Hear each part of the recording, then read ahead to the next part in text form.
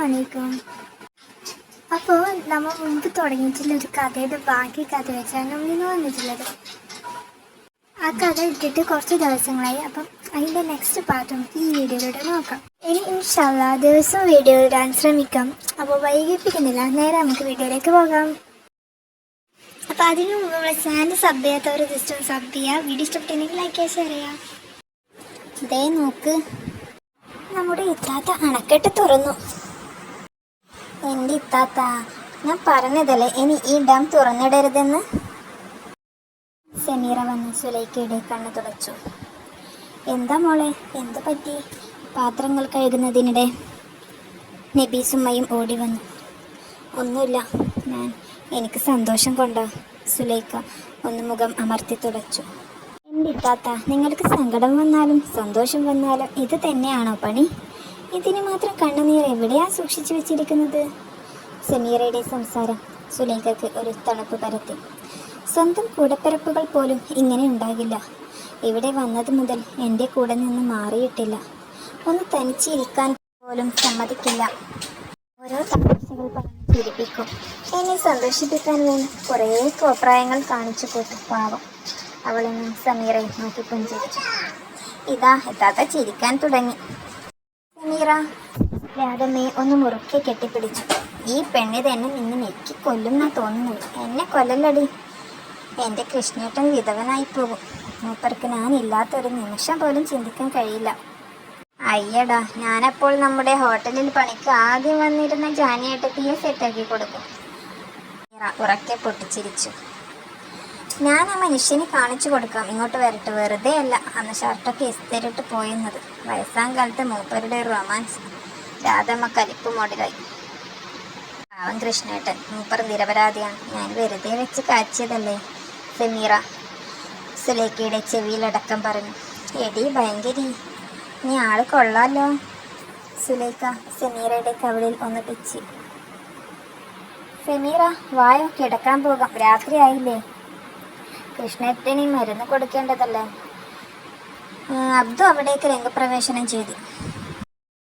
അല്ലേ കാക്ക, നിങ്ങൾക്ക് എന്താ ഇപ്പോൾ ഞങ്ങളുടെ ഒന്നും മൈൻഡില്ലാത്തേ? നിങ്ങൾ ഈ പാവ ഇവിടെ വന്നിട്ടൊരു കുശല അതിനോട് ചോദിച്ചിട്ടുണ്ടോ? എൻ്റെ സുലൈഖയെ ഒന്ന് പരിചയപ്പെട്ടോ? നിങ്ങൾ ഇപ്പം മൊത്തത്തിൽ ബിസിയല്ലേ. ഞാൻ ഇത്തയോട് നിങ്ങളെക്കുറിച്ച് എന്തൊക്കെ പറഞ്ഞു വെച്ചിരുന്നെന്നോ? എല്ലാം പോയില്ലേ. ഈ നാട് മൊത്തം എൻ്റെ ഇക്കാക്ക കാണാപ്പാടമാണ്. എല്ലായിടവും നിങ്ങളെ കൊണ്ടുപോയി കാണിക്കും. നമുക്കൊരു ദിവസം എല്ലാം വെറുതെ വേസ്റ്റായി. ഇവിടെ കൊണ്ടുവന്നാക്കിയതിനു ശേഷം നിങ്ങളെ ഒന്നും ഈ പരിസരത്ത് തന്നെ കണ്ടിട്ടില്ല. ഇതൊക്കെ സുലൈഖ കേട്ട് അമ്പരന്നു. ഹായ്, എന്നെ മനസ്സിലായില്ലേ? അബ്ദു, എന്നെക്കുറിച്ച് ഇവരൊക്കെ പറഞ്ഞു തന്നിട്ടുണ്ടാകും. അവൻ തൊണ്ട ശരിയാക്കി സുലൈഖയോട് പറഞ്ഞു. ആ, സമീറ മോൾ പറഞ്ഞു തന്നിട്ടുണ്ട്. സുലൈഖ തല താഴ്ത്തി പതിന് ശബ്ദത്തിലൊന്ന് പറഞ്ഞു. ഹലോ, ഇതെന്താ ഇവിടെ? സമീറ അവരുടെ ഇടയിൽ കയറി. ജോലിക്കുള്ള ഇൻ്റർവ്യൂ ആണോ?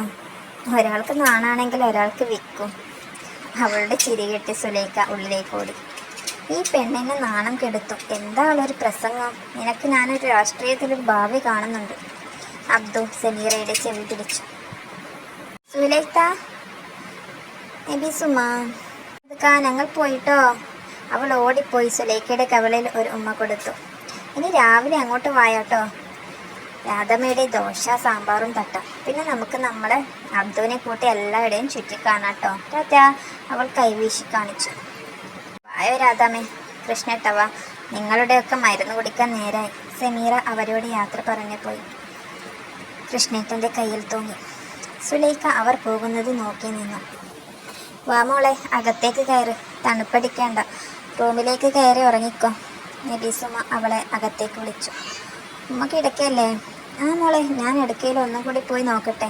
ഗ്യാസ് പൂട്ടിയോ എന്ന് ഓർമ്മയില്ല. പൂട്ടിയിട്ടുണ്ടാവും, എന്നാലും എന്ന് എനിക്കൊരു സംശയം.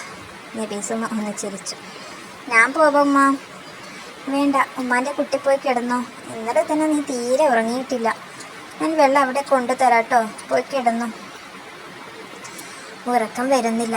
എന്നാലും അവൾ റൂമിലേക്ക് കയറി ഒന്ന് മുഖമെല്ലാം കഴുകി കിടക്കയിൽ വന്ന് കിടന്നു. ഇതാ മോളെ വെള്ളം, ഇതിവിടെ വെച്ചോ. രാത്രി എണീറ്റ് നടക്കണ്ട. വേഗം പ്രാർത്ഥിച്ച് കിടന്നോട്ടോ സുലൈഖ, ഉറങ്ങാതെ കിടക്കരുത്. നബീസുമ്മ വാതിലൊന്ന് ചാരി ആമദക്കയുടെ അടുത്തേക്ക് നടന്നു. ഇന്ന് ഫൈസിക്കൻ്റെ ആദ്യ രാത്രി ആയിരിക്കും. ആമിനമ്മക്കും ഫൈസിക്കും നല്ല സന്തോഷമായിട്ടുണ്ടാവും. നല്ല തറവാട്ടിൽ നിന്ന് തന്നെ പെണ്ണ് വന്ന് കയറിയതല്ലേ. ഷാഹിന നല്ല മോഡേൺ പെൺകുട്ടിയോ എന്ന് പറഞ്ഞ് കേട്ടിരുന്നു. ഫൈസിക്കും അതല്ലേ ഇഷ്ടം. അവൾക്ക് സങ്കടം കുതിച്ചെത്തി. എന്നെ എപ്പോഴെങ്കിലും ഓർത്തിട്ടുണ്ടാകുമോ? എന്നെ കാണാനിട്ട് അന്വേഷിച്ചിട്ടുണ്ടാകുമോ? ഒന്നുമില്ലെങ്കിലും 4 കൊല്ലം കൂടെ കഴിഞ്ഞതല്ലേ. ഒരിക്കൽ പോലും എന്നെ സ്നേഹിച്ചിട്ടുണ്ടാകില്ല. അല്ലെങ്കിൽ എന്നെ തേടി വരില്ലായിരുന്നു. അവൾക്ക് കണ്ണുനീർ പിടിച്ചു വെക്കാൻ കഴിയുന്നില്ല. കല്യാണത്തിൻ്റെ ക്ഷീണം കാരണം ഫൈസി ഒന്ന് കുളിച്ചു വന്നു. ഫോട്ടോക്ക് പോസ്റ്റ് ചെയ്ത മനുഷ്യൻ്റെ ചിരി കൂടി. ജീവിതം മൊത്തം എടുത്തു കൂട്ടേണ്ടതല്ലേ. ഒരു ദിവസം കൊണ്ട് തീർത്തത് അവനൊന്ന് തല കുടഞ്ഞു. എന്നാലും എന്തൊരു ഭംഗിയാ ഷാഹിനെ കാണാൻ. ഒരു അറേബ്യൻ രാജകുമാരിയെ പോലെ. അതോ ഫുള്ള് മേക്കപ്പ് ആകുമോ? എന്തായാലും വേണ്ടിയില്ല. ഒരു ജ്വല്ലറി കൊണ്ടല്ലേ വന്നത്. കല്യാണത്തിന് തന്നെ ഒരുപാട് കടമുണ്ട്, അതൊക്കെ വീട്ടണം. അവൻ ഓരോന്ന് മനക്കോട്ട കിട്ടി. അതിനിടയിൽ സജിന വന്ന് അവൻ്റെ കയ്യിൽ തട്ടി. ഡാ ഫൈസി, എന്നോട് ഉമ്മ ചോറ് ഓർഡർ ചെയ്യാൻ. മട്ടൻ ബിരിയാണി തന്നെ വേണം എന്ന് പറഞ്ഞു. വേഗം വേണം, അതും പറഞ്ഞ് അവൾ ഫോണുമായി മുറിയിലേക്ക് പോയി. എന്ത് ചോറ് ഓർഡർ ചെയ്യാം? ഇതിവിടെ പതിവില്ലാത്തതാണല്ലോ. പുറത്ത് പോയി കഴിക്കുന്നതല്ലാതെ ഇതുവരെ ഇങ്ങോട്ടൊരു ഓർഡർ ചെയ്ത് കഴിക്കാറേ ഇല്ലല്ലോ. ഒരു ചോറുണ്ടാക്കാൻ ഇവർ ആർക്കും അറിയില്ല. അല്ലാതെ തന്നെ കയ്യിലെ പൈസ ഒക്കെ തീർന്നിരിക്കുക. അപ്പോഴാണ് അവളുടെ ഒരു മട്ടൻ ബിരിയാണി. ഉമ്മ ഉമ്മ, അവൻ ഉറക്കെ വിളിച്ചു. എന്താ മോനെ? ആമിനമ്മ ഓടിക്കതച്ചു വന്നു. എന്താ ഉമ്മ, ഇവിടെ ചോറ് വെക്കാൻ ആരുമില്ലേ? എൻ്റെ കയ്യിൽ ഇനി 1 രൂപ പോലും ഇല്ല.